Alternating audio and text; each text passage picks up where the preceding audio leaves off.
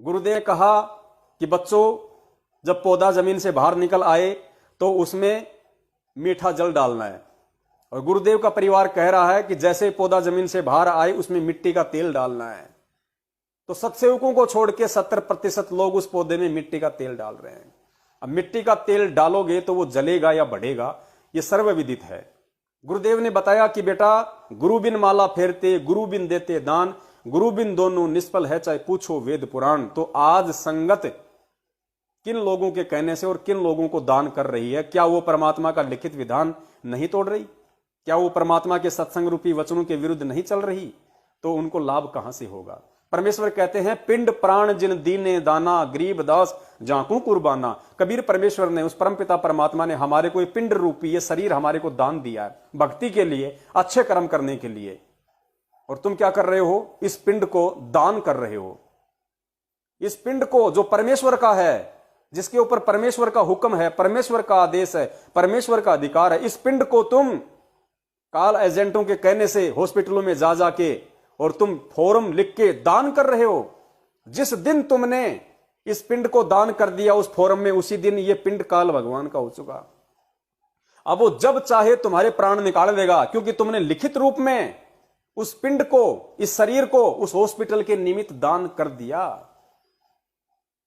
वो जब चाहे तुम्हारे प्राण निकाल देगा, क्योंकि अब तुम काल की फरद में जा चुके हो।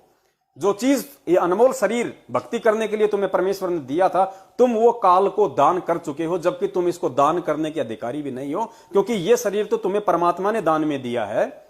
संध्या आरती में रोज पढ़ते हो कि पिंड प्राण जिन दीने दाना और गरीब दास जाकू कुर्बाना। उस परमात्मा पे मैं कुर्बान हो जाऊं जिसने मुझे भक्ति करने के लिए ये पिंड दान में दिया, ये मानव शरीर मुझे दिया, और उसको तुम फॉर्म लिख लिख के हॉस्पिटलों को दान कर रहे हो।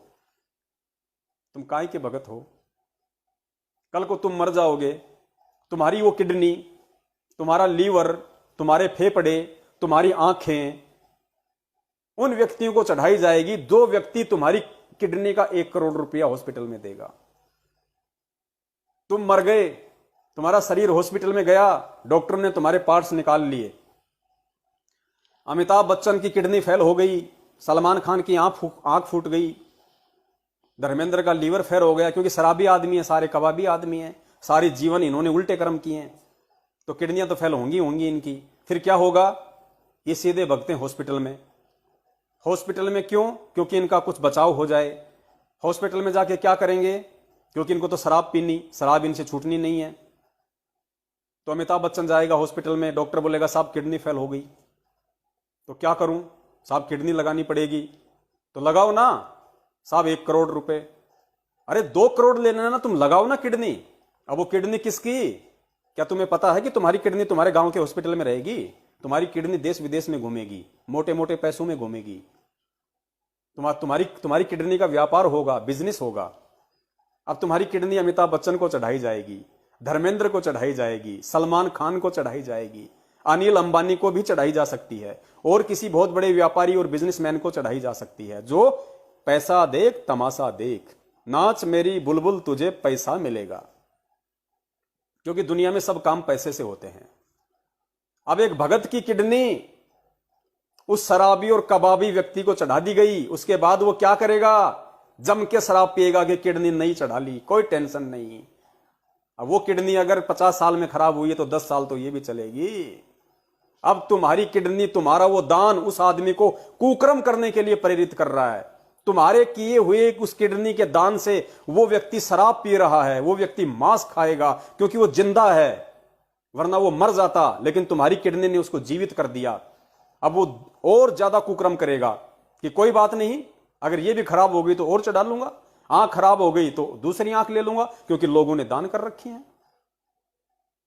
पुण्यात्माओं, तुम कहां जी रहे हो? काल भगवान की यही तो सूक्ष्म चाल है वर्तमान में। वो इसी तरीके से तो भगत समाज को ठगेगा, और ठग लिया। ये आमने सामने की लड़ाई नहीं लड़ता। गुरुदेव ने सत्संग क्यों किए? पुस्तकों में दिन रात 12-12, 2-2 बजे तक आंख फाड़ के क्यों पढ़ाया? इसीलिए कि सत्संग सुनना एक अलग चीज है, और सत्संग का निष्कर्ष निकालना असली तत्व ज्ञान है। तो ये निष्कर्ष संगत ने नहीं निकाला। और जो इस निष्कर्ष को निकालने में सतगुरु के आशीर्वाद से समर्थ हैं, उनको तुमने गुरुद्रोही कह के अपने से दूर कर रखा है। तो बताइए फिर तुम काल भगवान के सूक्ष्म चाल से कैसे बचोगे? क्योंकि हर तरफ तुम्हारे काल ही काल है।